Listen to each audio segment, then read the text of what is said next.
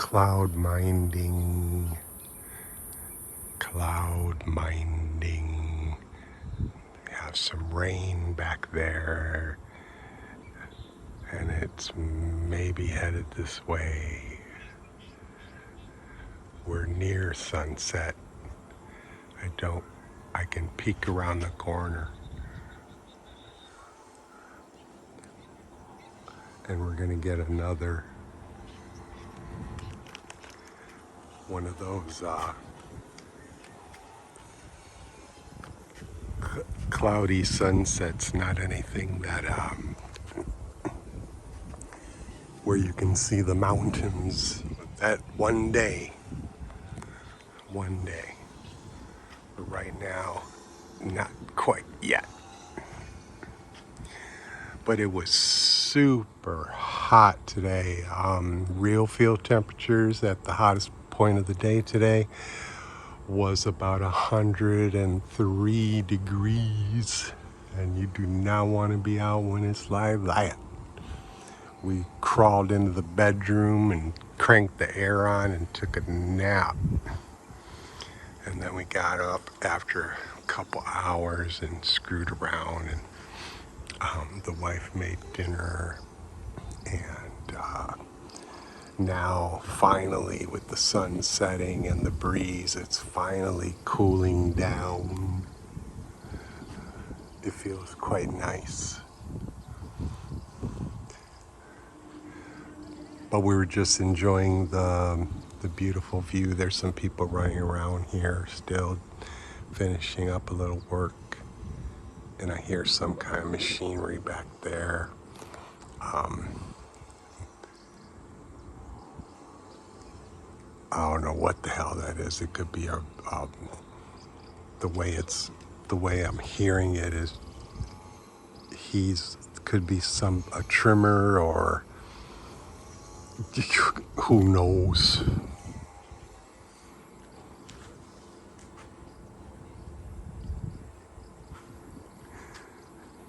I don't mean to say that in a negative light either.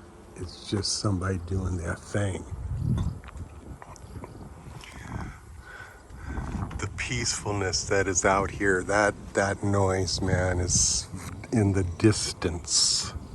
It's not right next door to me. You can see, and when it cools down, and we're supposed to get a little bit of a cool down next week, by close to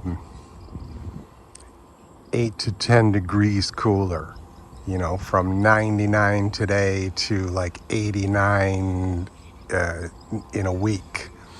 And that's going to feel like a dream come true. It is only then. Well, I never say never, but I'll get on the bicycle.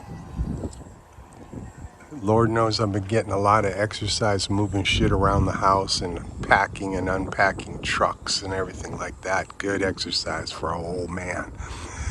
So I will get on the bicycle and or e-bike, and I gotta go around, man. I gotta get around town. I gotta see what the hell, what's over there. What's down there? What's down there? What's back there? You can see, got a few neighbors in the distance. Like I said, everything, and when you've seen our neighbor right here, I haven't heard a peep out of them. And it's been, always like this, always just quiet and peaceful. These people come out and they work this farmland all day in this heat today. Oh my God. Somebody's doing something over there with their machine. Sounds like anyways. Yeah, sounds like a saw blade now. So who the hell knows what they're doing? But what I was going to get to is, they work so hard in this heat all day, then, man, they go home and they chill, man. They might want to drink a little bit of beer, something cold to drink, get some food, maybe get a little snooze in. And, these mofos out here are working too hard. day in and day out, particularly during the harvest, to be getting into any kind of trouble. They stays out of trouble out here. You know, that socialist communist thing that I was talking about that's been going on for God knows how many hundreds of years here. I guess I think it's fair to say hundreds of years. For a while, these people, it's a low population, decent sized country. Population has just now reached 100 million. And that took a while. But they like to stay scrunched together because of that socialism. If you're any kind of self-aware about Asia, China, some of these Southeast Asian countries out here, Korea, these folks, and of course the creme de la creme, communist Vietnam, these people like to be structured together in mass. That's the whole socialism. That's that whole social aspect of communism. And when you're scrunched together like you are, honestly, my estimate, 20 to 25 million now, more than New York City, stuffed into the Saigon area and the outskirts. Hanoi is probably approaching 12, 14 million. Da Nang, when I arrived several years ago, the population of Da Nang was under 900,000 people. Fast forward, let's say, several years. I'm not going to reveal the exact timeline. Da Nang's population is now approaching 1.4 million. So there's been a 500,000 person increase in the number of people living in Da Nang. So when you're scrunched in together like that, you're almost, in a way, forced to get along, to settle disputes amicably. The Buddhist religion has something to do with that. There is crime and murder and all kind of crazy shit that goes on in Vietnam. But generally, these people are kind and calm, and I've rarely seen tempers flare in the Vietnamese people or in the Vietnamese community. That sun is setting behind that cloud. So that's it. We ain't gonna see none of it. But if we get a little rain, that'll be cool. It'll cool down. Now I'm swinging around here just for a quick look. There they are. All those empty boxes are from our appliances and shit that has been delivered, and we got a few bags and boxes and things that we still have to unpack. That's a bag of pillows up there on the left next to the door, but there's them bicycles. Hers is the Bianchi. That's a good bike. Then the white one is the Hemo e-bike that I've had for a couple years. That thing rocks, man. I have tried my best to destroy it and have been unable to do so.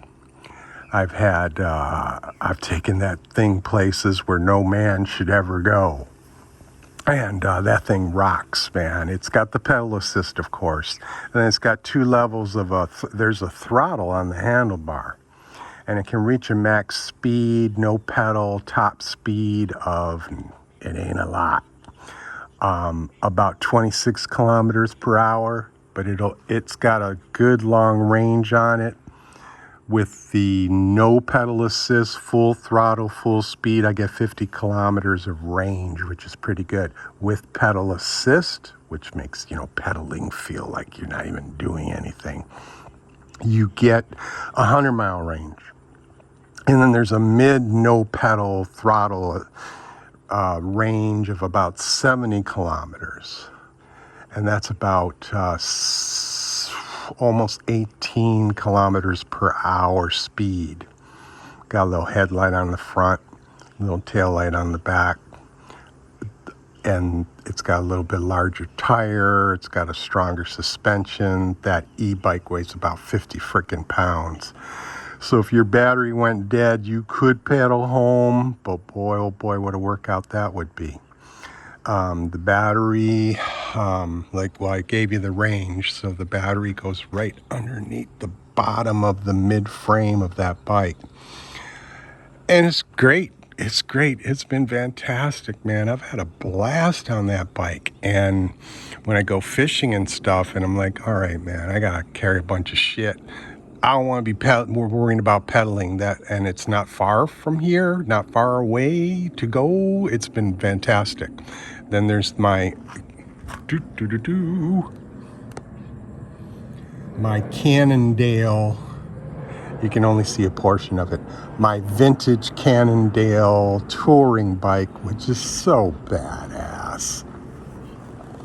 I've had that thing upgraded, parts replaced. She's as good as new. I got the rack with the bike bag on the back of both the e-bike and the Cannondale touring bike. Now that Cannondale touring bike is carbon frame. It's very light. I can lift it up with 2 fingers. It's a nice little bike. Not a racing bike, but I would take on a racer on it. That bike is a killer. I can get up to 45 kilometers an hour on that thing if I'm really wanting to push it. But that bike could, in some respects, be faster than the e-bike. I've certainly pushed it faster than the e-bike for long stretches. I mean, I get on that bike and forget about it, man. Even at the ripe old age of 6'5", coming up, I don't screw around.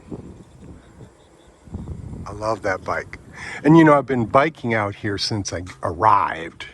So in terms of being physically capable of getting on that Cannondale touring bicycle and doing a 50 miler or 75 miler in a day, done and done. As long as I have the proper hydration, accessibility to food and take breaks and everything, I can ride that bike all day long. My intention is to get to that mountain, my Vietnamese diamond head. My intention is to get to that mountain. Now, I don't know if I'm going to have to use the e-bike. How does it say? Objects in the mirror may be closer than they appear. My wife's like, dude, there's no freaking way. And I'm like, I think I can get there on the Cannondale. I'm thinking outside an hour if I haul ass. But she thinks I'm crazy, so I don't know. Plus, we have the motorbike to go out together, which, if you're married, you're not going to neglect that. I mean, my wife has to go around here and learn everything, both independently on her own and being a local Vietnamese and a Vietnamese speaker. Shit, I get lost way out the hell out there. I was telling a friend back home, I say I've got several deciphered Google Translate phrases saved onto the Google Translate app, so that even if I don't have Wi-Fi, which is probably not going to happen ever, I will always have it. But even if I don't have Wi-Fi, I can whip out that phrase, help! I'm dying. I need some help. Please, can you give me a ride home? Can I get some noodles and a little fish and some fish sauce? I have things like that already that I can whip out in translation and show it to people. Emergency, just all kind of things, so that if when I knew when I was coming out here to a non-foreigner, non-English speaking area, that I would need to up that game. So I've done so. I've gotten all those phrases set up, and I've got some more to add, so that when I'm out there, if something does happen, which shit, I've never had anything happen since I've been out here. But by chance, should something occur, and I'm still mobile and capable enough to whip out the phone and pull out a phrase, I can get me something to eat. I can call a Grab driver to drive me and my bicycle back home. I've got my map set up for where I'm located, and all that good stuff. So yeah, I'm good to go there.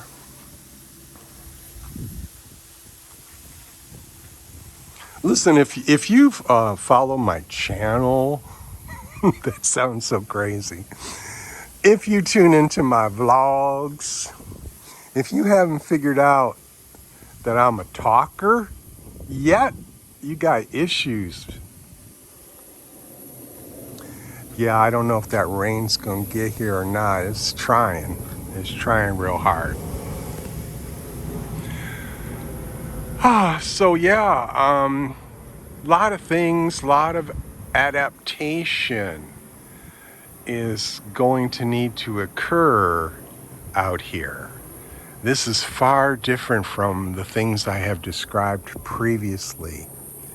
When you're in those touristy areas of Vietnam, where as a foreigner you're accommodated in far many ways, you know what I mean? And it's just that bullshit. So now that's all gone. That's all dispensed with, man. I will tell you two things. One, there's nowhere around here I can go to. I would think within a 50-mile radius. Yeah, let's keep it at that.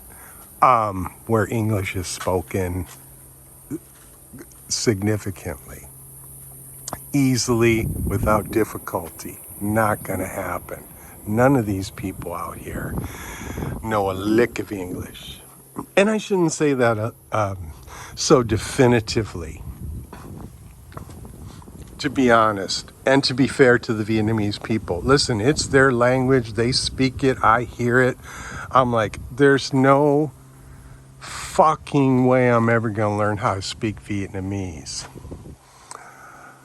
Just ain't gonna happen. But by circumstance and destiny and fate and divine intervention, or whatever you call it, I've got this wonderful, beautiful Vietnamese wife partner that, taught herself English through osmosis, being with me and doing her own self-study, and, an incredible achievement in my opinion. English isn't that difficult, but it's still a brand new language. And for her to become fluent is amazing to me. My Vietnamese fluency is the equivalent of maybe a 2-year-old at best. It's just not going to happen. But I've been around long enough here now to know how to survive even without that language. And where I was going, and I'm not going to lose track, the man that put in our doors and windows on the house, he lives within walking distance. The one thing we really liked about this property, which I said, and I'll say again, all of the people are that away. They're all on that side. They're all back there. And there is nobody here. This is what I like most about this property. I can walk around here, butt naked. And who's gonna really notice? Because there's no few people out here farming still, doing a few odds and ends. But you know what I'm talking about. You know where I'm going with that. The doorman, his wife, his mother, his family, he has one daughter, came by a couple nights ago just for a quick visit to introduce themselves and welcome us to the area, which was very sweet and very kind. And I about fell over when he's probably a little under 50 years old. As the wife is probably, I think the wife was 4 years older than my wife. His daughter looked like she was about 21 or so. I about fell over when the wife and daughter both spoke English very well. So although that sounds like an oxymoron, although that sounds potentially hypocritical, I'm going to raise my hand and say, yeah, a little bit, because I wanted to make sure I mentioned that. My neighbor's not far from here. At least the wife and the daughter speak English very well. So,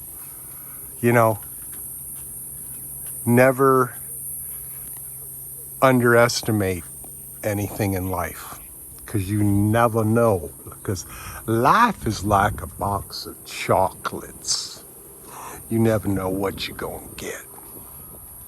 So when I say English isn't spoken for 50 square miles, let's just say in that range, 98.7% of the people don't speak English. It's not the kind of challenge, it's not the kind of difficulty that would have forced me to say, oh no, I can never move out into the countryside of Vietnam and away from all the tourists and from all the bullshit because I need it to survive. No, I didn't. The wife alone took care of that, any of those concerns. So I was never in a position like a lot of these dickweed tourists and passport bros and other Western English speaking only jagoffs that come out here. I talked about border runs in a previous vlog that try to live out here. They must fixate themselves, plant their asses in areas where they can be serviced to a much larger degree in English and, everything that goes with all of that. F them.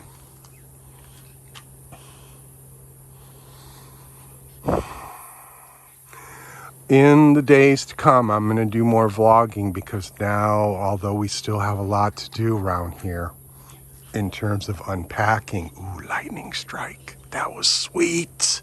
Turn the camera at just the right time. Awesome. I hope you caught that. I hope you stayed long enough. We're at almost the 24-minute mark. I hope you stayed long enough to catch that lightning strike by the mountain. Okay. Yeah, we're going to close it up. Keep it at 25 minutes or less. I'm going to do a lot more vlogging now because in the evenings like this, when everything settles down and it's like, I'm not doing another damn thing, I'm going to come out and do vlogs. I still have not gone up on my second floor patio, copped a squat, and did a vlog from up there. The view will be a lot higher, and I think it'll be a much different view from what I've shown you in the last couple of days here. I'm going to do a lot more vlogging. I'm going to do a lot more philosophy. I'm going to do a lot more talking about Western society and its destruction, its utter destruction. I'm going to talk a lot more about these fucking foreigners out here, and I'm going to rant and I'm going to rave. So I'm just tuning up. There's a lot more to come, folks, and I hope you'll come along for the ride. And if you do, I want to say thank you. I appreciate you.